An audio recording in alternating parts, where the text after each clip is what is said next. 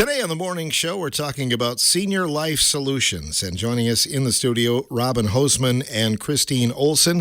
They've been our guests before, but we like to do this kind of seasonally. And this is a very important time as we talk about winter wellness and mental health. Good morning, ladies. Good morning. Hi, thanks for having us. Good to see you guys again. You were here like in the early fall, I think it was. Yeah. But each season, I think, brings different challenges, doesn't it? It certainly does, yeah. And we are in some sort of fall spring right now where Yes. we've gotten a little bit of warming temps, but we are still definitely in the thick of winter. And it's good to be here to talk about how winter has an impact on our mental health.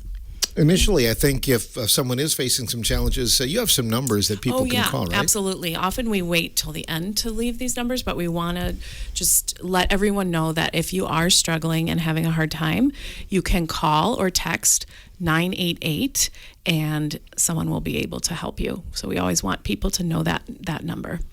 Kristine, you've been here a few times before, but maybe you could kind of go over again what Senior Life Solutions is and what you do. Yeah, happy to. So, we both, Robin and I, work at Senior Life Solutions at the Richland Hospital and Clinics. We are a small department, but a great, mighty department for mental health. We serve seniors, 65 and older typically, who are just going through life transitions, tough times, grief, depression, anxiety, maybe lifelong, or maybe this is kind of a newer experience to them. And we provide group, individual, and family therapy and sessions. A small team, but kind of a robust mental health department for seniors. Mm-hmm. Give us an example of some of the groups that you have. Yeah, so Robin and I are the therapist at the program. So we have two different groups that run pretty kind of simultaneously, little different start times. We run group three days a week. Not everyone comes 3 days a week. Everyone is on a different treatment plan. And within those group hours, we're spending a lot of time talking about mental health and wellness. Physical wellness as well is a big part with seniors, providing education on different mental health topics, learning more about ourselves and building self-awareness, and also just developing really good coping skills, which we'll kind of touch on today, especially within that winter self-care topic with the winter blues. These are topics, though, Robin, that we don't have to be seniors to experience some of these things, do we? Absolutely. They affect all of us. And, we are all experiencing the changes that the season brings. And those things can be lower light levels, less access to the outdoors when temperatures are really high. We might be experiencing illness. There's more circulating indoor illness during this time. And also, we've gone through the holidays, and holidays can bring up grief for folks. And so just being aware that even if we aren't in the senior population, that therapists and the mental health world are here to help when people need it. Yeah, this is a tough time because, the holidays is over. You might have enjoyed the thrill of having people back, and then all of a sudden, January is a long month, isn't it? Oh, yeah. Yes, definitely. January, February, we all know as Wisconsinites that the winter can bring a real challenge in terms of those long, short days, but long months and extended isolation and loneliness can set in. We know that a lot of folks are dealing with financial stressors and other things that bring additional stress. So, this is a time to sort of tune in to where we're all at. And it's a great opportunity this morning to check in with yourself, check in with loved ones, neighbors, and show that care for everyone navigating the same thing. What are some symptoms we can look for if we're family members and loved ones, Kristine? Yeah, it's good to always talk about symptoms. To kind of part of what we do is always educating. How do I become more self-aware and recognize that this isn't a personal failure, that this is a symptom of depression? And we were going to kind of touch on seasonal affective disorder specifically. Some folks have heard of that. We might call it SAD throughout the segment, seasonal affective disorder. Very similar to depression, but specifically is something that comes up during seasonal changes during the year. Now, certainly most people are winter, but there's other different types of seasonal affective disorder. I was reading a really good book about the winter blues and winter self-care, and I liked this metaphor thinking about a hibernating animal and what kind of happens during this time of year when the animals that get to go sleep and tuck away. So thinking about an increased need for sleep, we're just feeling fatigue all the time. Give me a pillow, I probably go to sleep. Kind of feeling that a lot of our patients are talking about. Just general fatigue, even when we're awake. Feelings of hopelessness, loneliness is a big one, especially when we're talking about social isolation that increases in the winter.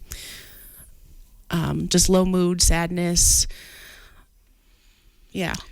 Helplessness, those kinds low of energy, right? Feeling like you don't have the energy to engage in your interests or hobbies or things that have brought you joy. And yeah, just we talk about that withdrawal from relationships or isolating, just because things don't feel, maybe you don't feel like you have something to talk about, or you don't feel energized to be able to be with someone else. So those are some of the symptoms we definitely see. We can also see more nervousness, restlessness, as folks are feeling maybe confined and unable to get out.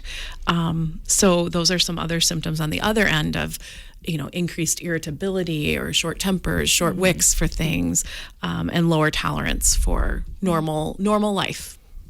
We like to get out and move a little bit and get exercise, and that is harder to do in the wintertime, isn't it? Yeah. Thinking about the holidays and this transition that we're having into January, I think about movement and other just general routines that have probably gotten a little wonky. I know that I have. So yeah, a lot of things that we're typically using to feel well are changing, especially because of the winter weather. But yeah, a lot of changes in that routine and movement. We know that movement is hard to do, especially for seniors. The snow and ice is scary and a fall risk, and we don't want to go out into the cold. So yeah, general movement and nature connection often shifts and changes and affects depression.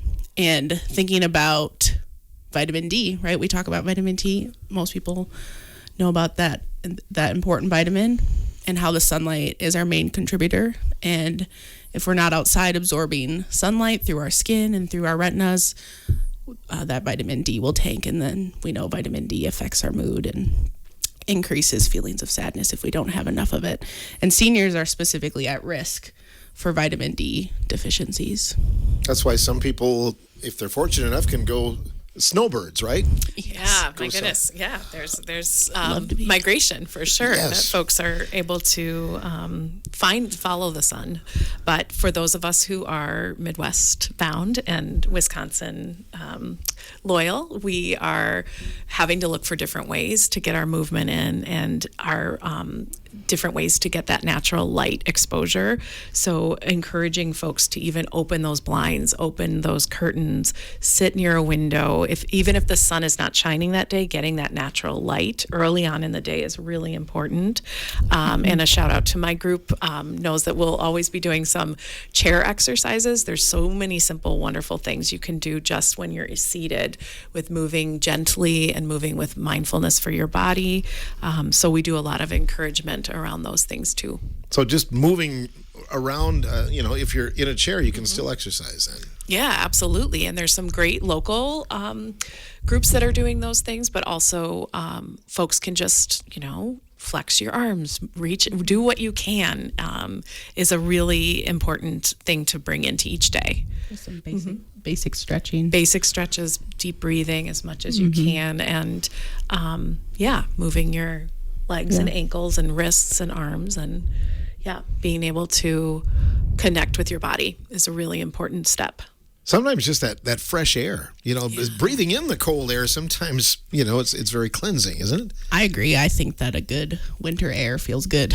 But getting that fresh air and thinking about other ways to harness light, because we don't have as much of it, especially in these overcast days. But like Robin said, even if you can just get outside and the sun isn't out, that's going to help us. But there's different lamps. I have some folks that swear by their sunlight lamps. Really? That, yeah, if you sit next to it for even just however much time you can, but I have some folks that sit by it for an hour and really notice some energy boost. I personally have a little sun lamp clock that kind of mirrors the sunrise because the sun doesn't come up very early in the morning right now. That really helps give us a little mood energy boost. Other ways, good light bulbs, good lights. We want to talk a lot about harnessing light and color in general, just finding ways to get a little color in our lives in these darker days. The good thing is, though, there is a little bit more light every day, right? As time passes. Exactly. It's hopeful. Yes. We're hopeful. We're increasing. Yeah. Light at the end of the tunnel. Yes. If someone is listening and they have they're the child of somebody who is maybe going through some of these things, what's a good way to encourage them to be more involved or even contact Senior Life Solutions, Rose? Absolutely. I'll throw out our number. We are at 608-647-6321, extension 2040.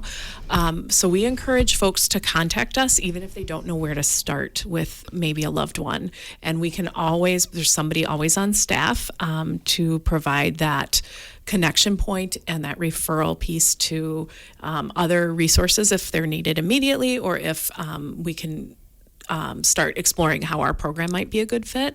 So we just encourage that first step, which is to reach out. It can be hard because that may be something that we're uncomfortable doing, but you will always find a friendly voice and a warm reception from our folks at Senior Life and at the hospital in general. So if you can't remember that number, which we'll say again throughout the program today, you can always call the hospital and they'll get you down to us. Not everybody's going to want to be a part of a group, but I'm guessing, Kristine, once they go, maybe their mind will be changed. Yeah, right? definitely. Everyone has a different path, and some take a little longer to get comfortable with the idea and it's not just the group. It's, I think, talking about mental health, but yeah, some folks, they find out maybe it's not for them, and that's okay. And we can provide resources and referrals, but most of our folks, the majority of our folks, become very comfortable, really open up and develop and create such meaningful connection with their group members. I think about my own parents, and they would have just scoffed at the idea. Yeah, they were from the generation of I'm fine. Right?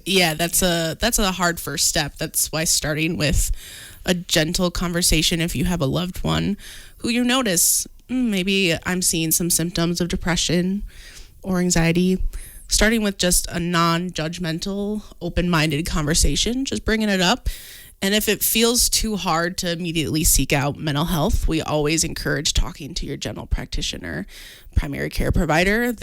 Most of them are wonderful and know where to start and know how to help and get you where you need to go.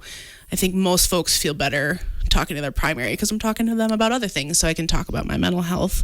But just suggesting a good checkup and offering whatever support we can. Some folks take time to get there.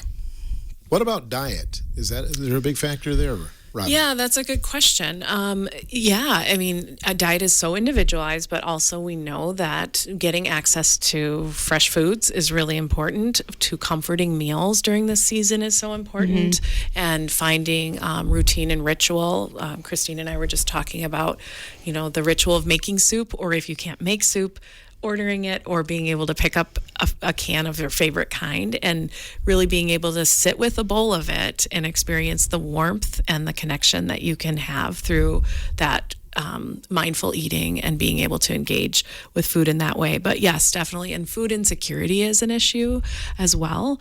So we want to make sure that folks are able to access resources. And we live in a tremendous community where neighbors are looking out for each other, and our resources are available if folks are struggling in that department. But to answer more about diet, I would just say that a good general, making sure that you're getting fruits and vegetables if you can, is a big part of it. And like Kristine said, bringing in color not only in our visual environment, but color in the food we eat can be really important. So I'm thinking just offering to maybe go get groceries for someone, because if somebody doesn't want to go out, in the winter time, maybe they're just kind of snacking and not getting what they should. Right? Yeah, the food is not an easy process. So thinking about, grocery pickup, grocery delivery, I know most neighbors are happy to help, even though we don't love to ask. They'll be there and support and pick up those groceries for us. Or we're always teaching our seniors how to become, empower them and figure out a way to put in an order, and how do we get that delivered. We don't have to be scared of that kind of technical stuff, but yeah, just good food, finding comfort in our meals. And I've been reading about just the wonders of a good warm cup of water and lemon, and how that can really ease our digestion, but also just bring us warmth on these cold days that we have. Definitely. There are other options for seniors, but what makes Senior Life Solutions unique? What would you say? Good question. Yeah, I really think it's the people. It's the people who choose to come to seek help, and our team, of course, puts a lot of heart and care into that work every day. But we wouldn't be who we are without our folks stepping into this. So I would say our sense of community in the program is really strong, and the sense that folks are not alone, and they have people that are in it with them. So I think that's what really sets us apart. And of course, the collective wisdom also that comes out of our group sessions and our connections with each other is remarkable. So I think Senior Life Solutions really values folks who have seen a lot in life and experienced a lot, and we really celebrate and honor that resilience every single day that we come together. So it is a really unique and wonderful program. One of my favorite things about Senior Life Solutions is we're not the only Senior Life Solutions. We have other locations in Wisconsin and throughout the nation. It's so focused on rural mental health care. We know in our rural areas we're often neglected with mental health, and then seniors especially are often neglected. There's not a lot of spaces that feel so welcoming anymore, or advanced in what seniors are dealing with. And so Senior Life Solutions just seems so special because it's rural, but it's also focusing in a supportive, welcoming, safe space for seniors who are going through different life changes and transitions. Do other hospitals and medical facilities, similar sized towns, have programs such as yours? Do they? Yeah, we're growing in Wisconsin. We've got a few other locations. There's actually one in Boscobel as well. So if you're listening and you're not quite in the Richland area, but closer to Boscobel, there is that location that opened up about a year ago. So we're so happy to have another office nearby, and those ladies are wonderful there. Edgerton, some places up north, but I know that they're building and trying to open up, but there's lots of other locations across the country too. So all in more rural areas. Yeah. We're fortunate to have you. Robin Hosemann and Kristine Olson are our guests here on today's morning show. We're talking about Senior Life Solutions, and I think we wanted to kick off the next part with maybe some strategies, Robin, if we could. Oh, sure. Yeah, definitely. So we really work to instill hope in our folks who come to the program, and we work on understanding that depression and anxiety are highly treatable. And they are, there are so many different things that people can do when they're facing those experiences. So I'll pop it over to Kristine because she has a very beautiful list. Tag team in here. Yeah, tag team in this. I've been really focusing on my group on winter self-care. There's a really good book I've been reading. So some good advice about, there's so many people that live in the Arctic Circle and actually thrive. So what are some tips and tricks that researchers have found from those populations? So we talked about that light and color, finding any way that we can get a little bit of light and color in our day, harnessing that, creating that. Healthy movement, like Robin really touched on, with stretching. And if we can go outside for a walk, that's great. If we can't, we can find movement in the house. Embracing nature. I think about how often some people think that winter is kind of dark and maybe a little ugly, but I think there's a lot of beauty outside still, and we might have to shift our perspective, really work on that to find it. Whether, it's the beautiful glistening snow. There's a lot of birds still outside, right? And a lot of activity that we can we can watch and witness as we go through the winter months. So finding whatever way we can embrace nature. Comforting rituals, like we talked about. Rituals are so important. And a lot of those populations that live in dark winter months, they really have to rely on different rituals and activities.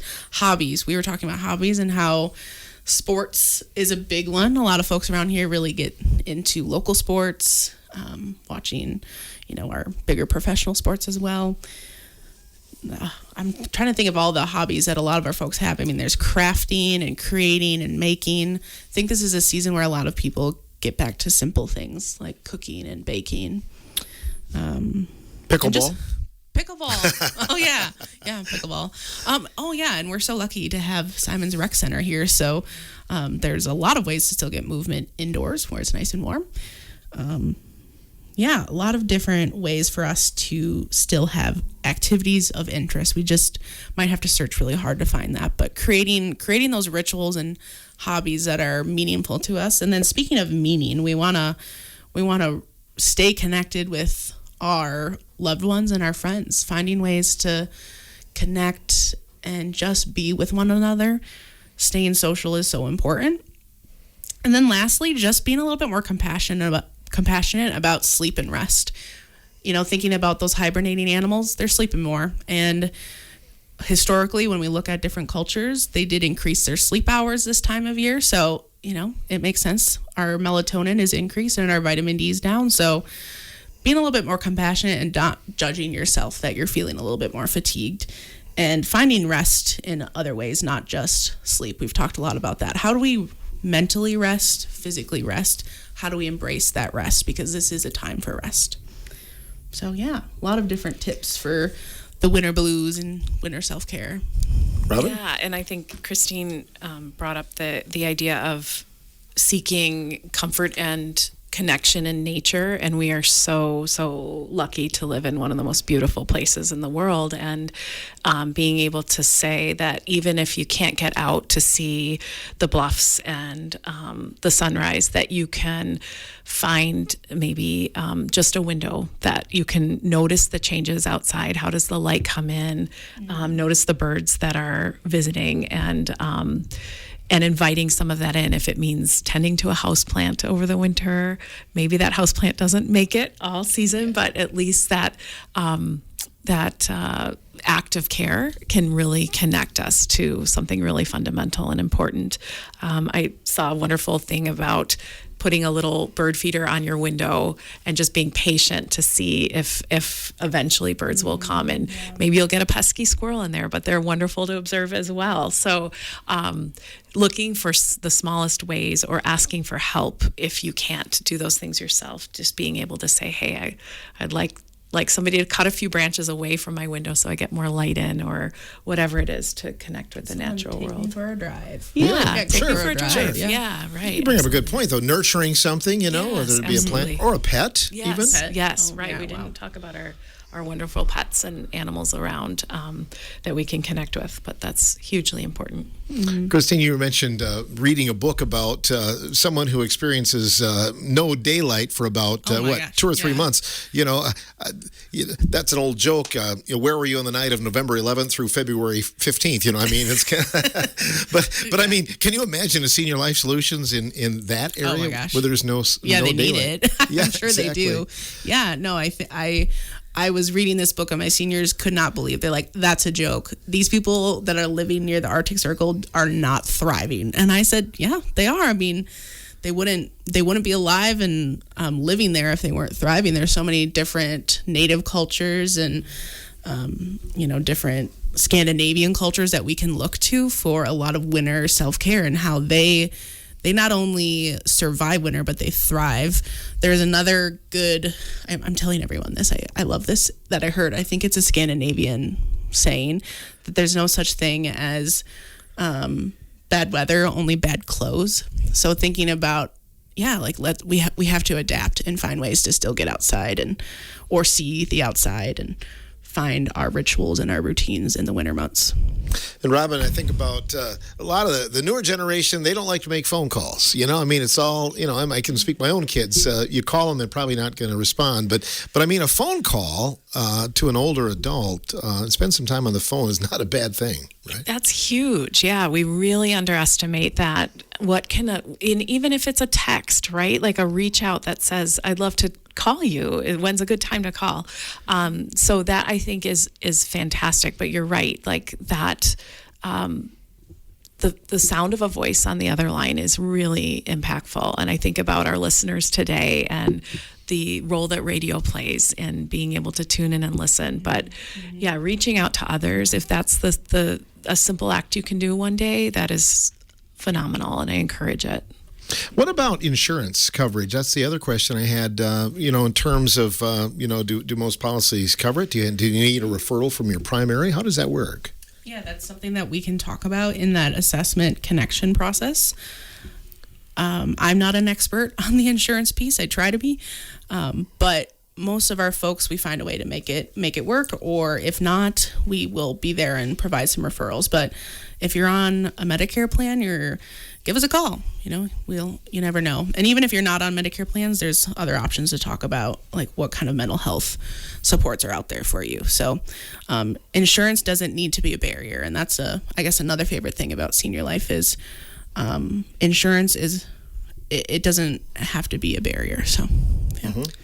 Yeah, and we will always work to connect and answer those questions. We have a tireless staff who is constantly working on those issues for folks. So please do reach out, and we'll help you get connected.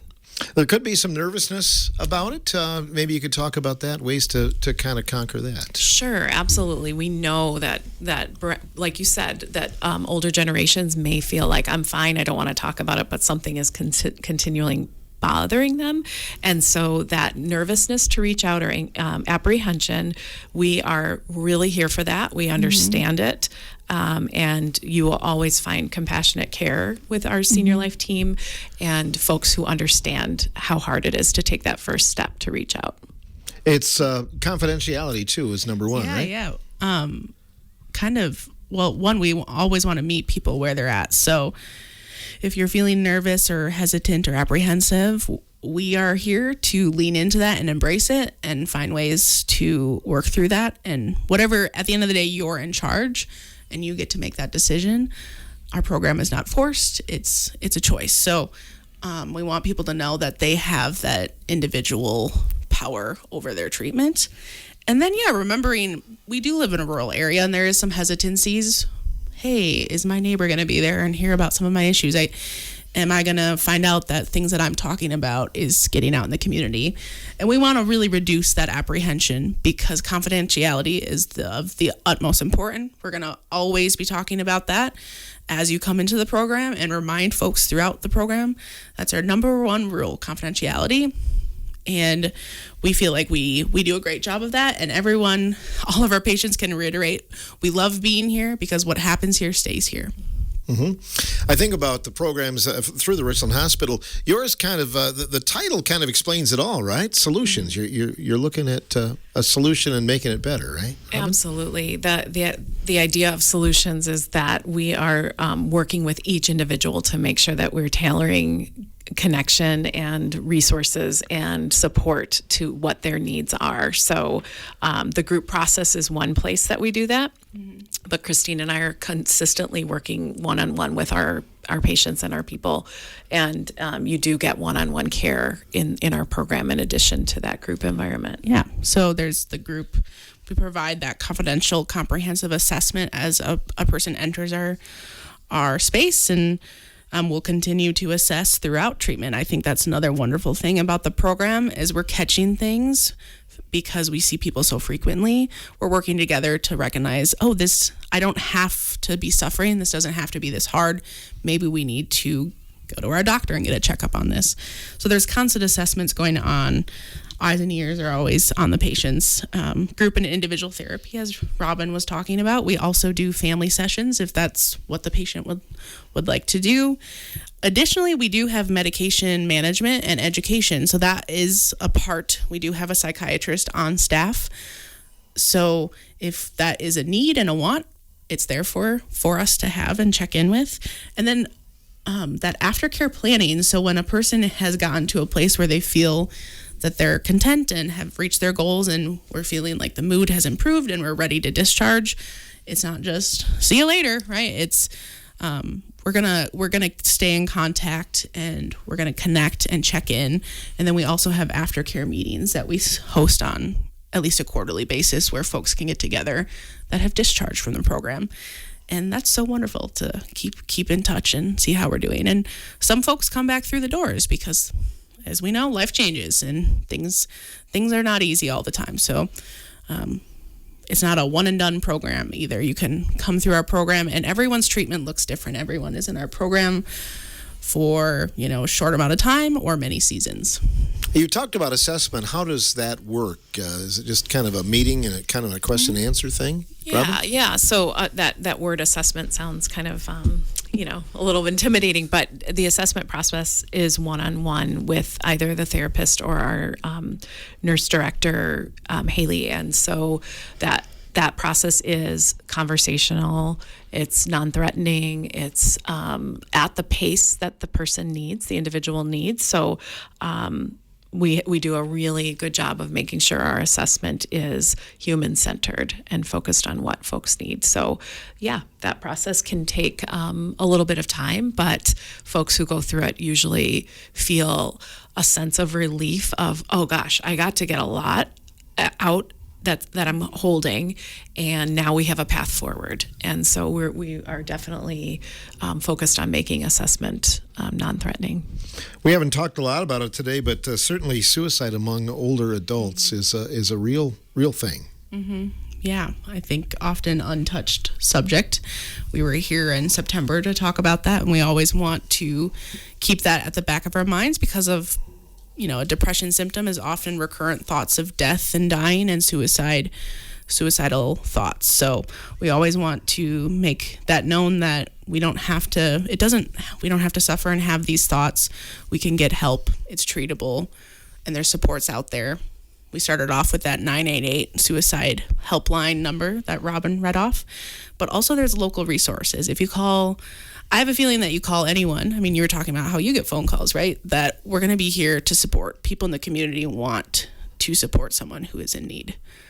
Mm-hmm. Yeah, nice to know that there's someone out there, someone that they can talk to at the other end of the line. Some other things you want to talk about today, as far as maybe as family members and caregivers. I guess sometimes they can kind of get weighed down a little bit too, can't they? Absolutely. Those roles are really important and vital in our families and in our communities, but we know that caregivers carry a lot. And so our program also is supportive of that. And we have wonderful resources through the ADRC and the county. And we can help connect folks who are feeling that weight of caring for others while also dealing with their own things. So we know that is a very, very common thing that we're helping folks with.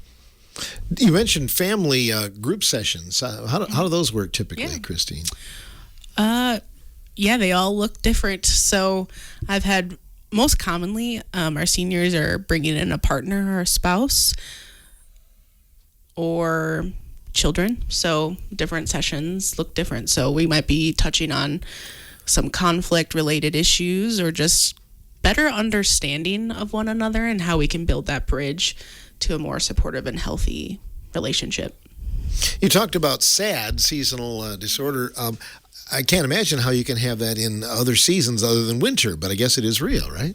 Yeah, I honestly thought, this SAD is just a winter blues, but some folks also experience seasonal changes in the summer and a depression increase. So there are different types of seasonal affective disorder.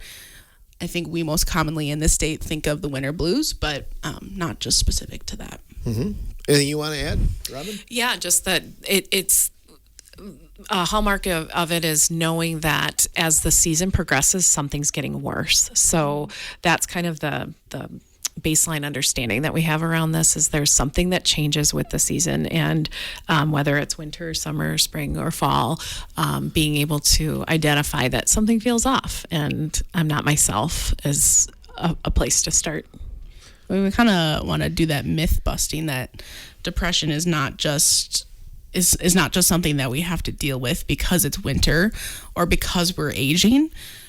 It's treatable, and depression is not just sadness. It's persistent sadness, fatigue, low motivation, hopelessness, disconnection, withdrawal that leads to pretty significant dysfunction and changes in our daily life.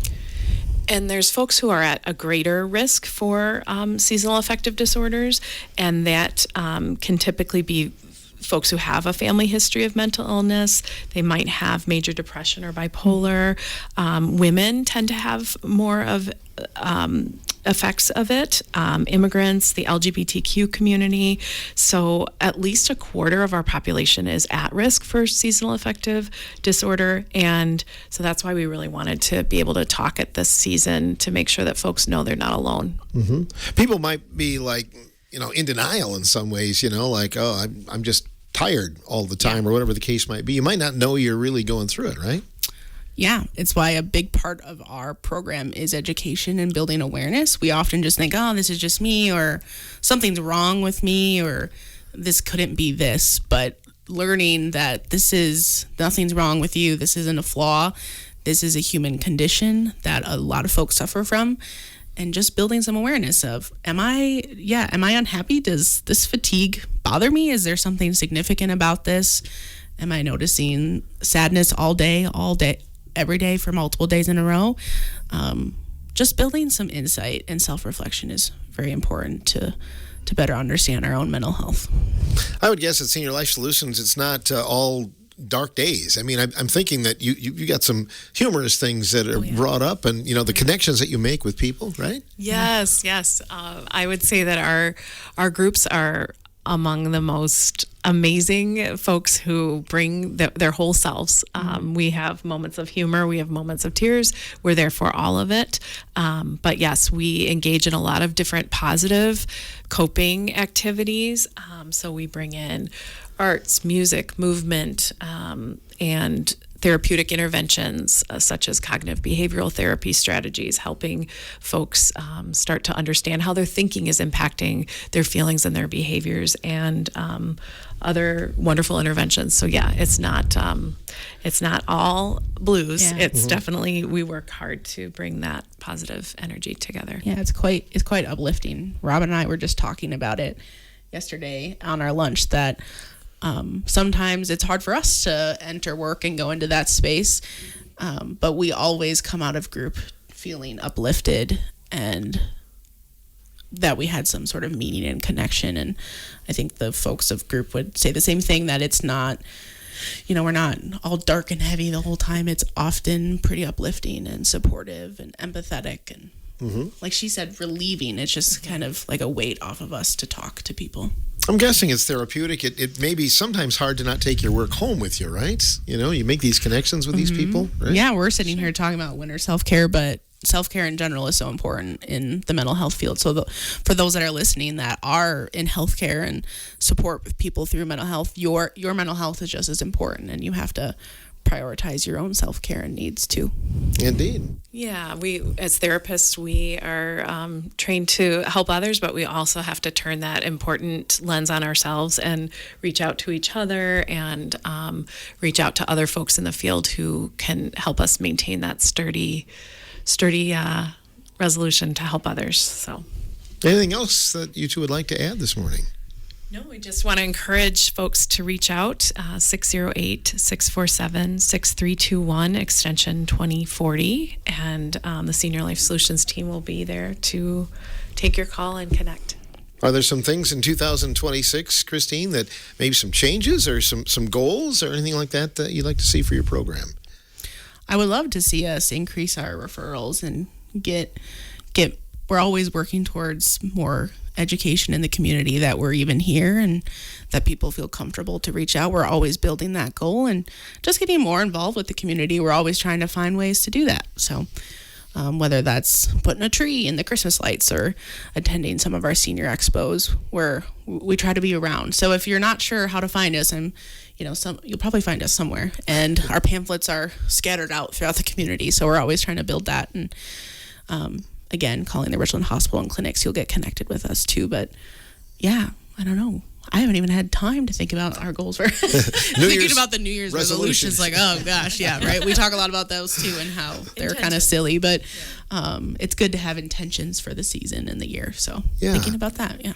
And the Richland Hospital is kind of a one-stop shop because, It really is. obviously, you can refer to another, like maybe there's some memory issues and things like that. You can all work together, right? Yeah, we get a lot of support from the different departments. Yeah, constant referrals back and forth, and we wouldn't be here without them. Thanks for coming in to see us. Yeah, thanks for having us again. Yeah. Thanks to our community. Anytime. Robin Hosemann and Kristine Olson joining us from Senior Solutions at the Richland Hospital, talking about winter wellness and mental health. We'll be back with more topics on the morning show tomorrow.